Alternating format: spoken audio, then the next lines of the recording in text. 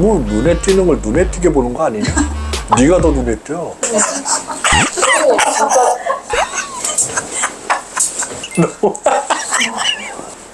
돼요 이제. 자, 갑시다.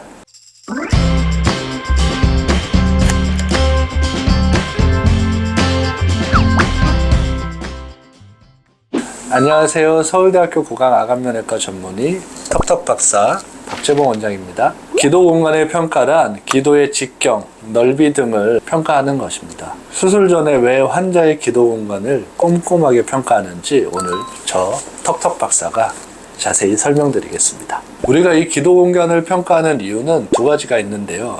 첫 번째는 전신 마취를 하기 전에 이 환자가 전신 마취를 해도 되는지, 전신 마취를 하면 주사제를 이렇게 딱 넣으면 이렇게 잠이 바로 들겠죠. 그러면 우리가 숨을 못 쉬잖아요. 그렇기 때문에 코나 입으로 이만한 튜브를 집어넣어서 기도를 통해서 벤틸레이터라는 기구로 들숨, 날숨, 자동으로 숨을 쉬게 해주는데, 그런데 이제 전신 마취를 했는데 튜브가 만약에 안 들어가요. 그러면 얼마나 당황스럽고 호흡 부전에 빠지면 너무 위험하겠죠. 실제로 수술을 하기 전에 우리가 튜브를 직경을 어느 정도를 넣어야 할지, 튜브 삽관을 했을 때 잘 들어갈지에 대해서 마취과 원장님과 제가 미리 평가를 해야 합니다. 두 번째는 환자가 양악수술을 받고 난 이후에 원활하게 회복을 하고 숨쉬는 기능 등을 충분히 문제없이 잘 지낼 수 있는지를 알아보기 위해서입니다. 양악수술 환자들 중에서는 상악이 앞으로 많이 돌출되어 있거나 하악, 주걱턱이 심한 환자들이 있지요. 치료 계획에 이러한 기도 평가를 고려하지 않고 단순히 뒤로 각각을 밀어넣기만 한다면 이 많은 구조물들이 꽉 찰 것이고, 그만큼 기도는 좁아지겠죠. 평소에 숨을 쉴 때도 조금 힘들 것이고, 특히나 수술 직후에는 많이 부어 있을 거잖아요. 그리고 수술 이후에 삶을 살아가실 때에도 주무실 때나 이럴 때 코골이가 심해지는 것이 계속 유지될 수도 있습니다. 그래서 수술 전에 반드시 3D CT 등을 통해서 환자분의 기도의 직경이나 넓이, 볼륨들을 체크를 하고 수술 계획을 세우는 것이 중요합니다. 만약에 환자분이 선천적으로 혀가 많이 크다거나 기도 공간이 매우 좁다거나 코골이가 매우 심한 수면 무호흡이 있다거나 이런 경우에는 수술 계획상 여러 가지 방법을 이용해서 조금 더 복잡하게 될지언정 환자분의 기능적인 원활함을 위해서 수술 계획을 세밀하게 수정해서 세워야 합니다. 예를 들어서 상악이 많이 튀어나온 경우에 기존에 사용하는 루포트C 1형 골 절단술을 통해서 무조건 밀어넣는 것이 아니고, 작은 어금니를 양쪽에서 하나씩 뺀 다음에 돌출입 수술을 같이 하는 상악 수술을 통해서 뒤로 들어가는 양은 많지만 기도를 줄이는 양은 적게 수술 계획을 세우는 방법이 한 가지 있습니다. 시계 방향의 회전을 통해서 하악은 들어가더라도 상기도, 상악 뒤쪽 부분의 볼륨은 늘려서 전체 볼륨은 줄어들지 않게 하는 방법도 있습니다. 세 번째는 아래턱을 집어넣을 때 잘려진 뼈가 뒤로 들어가서 안쪽의 기도를 더 많이 줄이지 않도록 변경된 수술 방법을 사용하는 방법이 있습니다. 단순히 상악이 나와 있다고 해서 상악만 넣는 게 아니라 상악을 일부분 넣고 하악을 앞으로 빼는 식으로 절충된 수술 계획을 세울 수 있고요. 숨쉬는 기능적인 부분을 문제가 생기지 않도록 하였는데도 불구하고 수면 무호흡이나 코골이 때문에 일상의 질이 떨어지거나 한다면은 혀를 절제하는 수술을 하기도 하고 재수술을 하기도 합니다.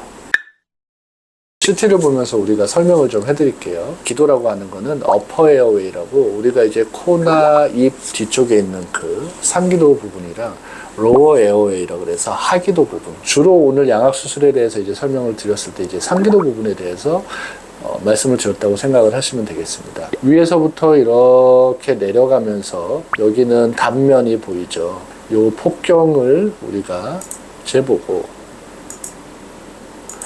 요 길이를 재보고 이런 식으로 평가를 하게 되는 겁니다. 보통의 경우에는 상악골, 상악골의 뒤쪽, 그리고 코 뒤쪽 여기가 볼륨이 조금 넓고요. 혀 뒤쪽, 여기가 이제 혀고 하악인데 혀 뒤쪽 이 부분에 볼륨이 좀 작습니다. 그래서 아까도 말씀드렸듯이 상악을 뒤로 밀거나 하악을 뒤로 밀면 요 부분의 좌우 폭 그리고 앞뒤 거리 등이 줄어들면서 기도가 좁아지게 되는 거죠.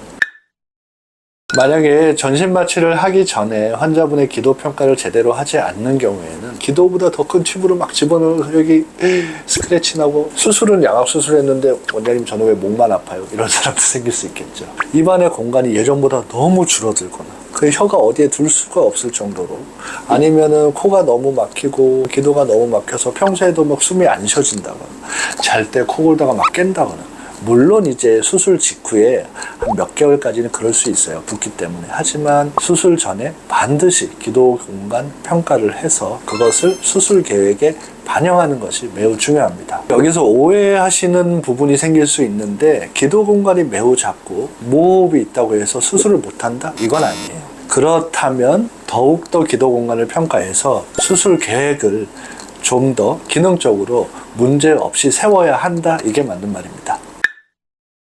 양압 수술을 한다고 해서 반드시 코골이가 생기는 건 아니겠죠. 우리가 이제 코골이라는 것은 숨을 쉬는데 그 길이 작아서, 이렇기 때문에 코골이가 이제 생길 수도 있는데, 그래서 제가 이런저런 논문도 많이 읽어보고 환자분들이 궁금해 하시니까 설명도 해드려야 돼서 공부도 하고, 수술 이후에 어떻게 되는지를 직접 물어보고 평가를 하면서 내린 저의 결론, 3개월, 6개월 지나면서 기도 공간은 더 넓어지는 방향으로 변화가 되고 삶을 살아가는데 크게 문제가 없더라. 이것이 저의 결론입니다. 아, 내가 이걸 왜 하는 줄 알겠다. 이렇게 해야 내가 말이 나와. 양압 수술을 할 때 수술 전 기도 공간의 평가는 매우 중요하다.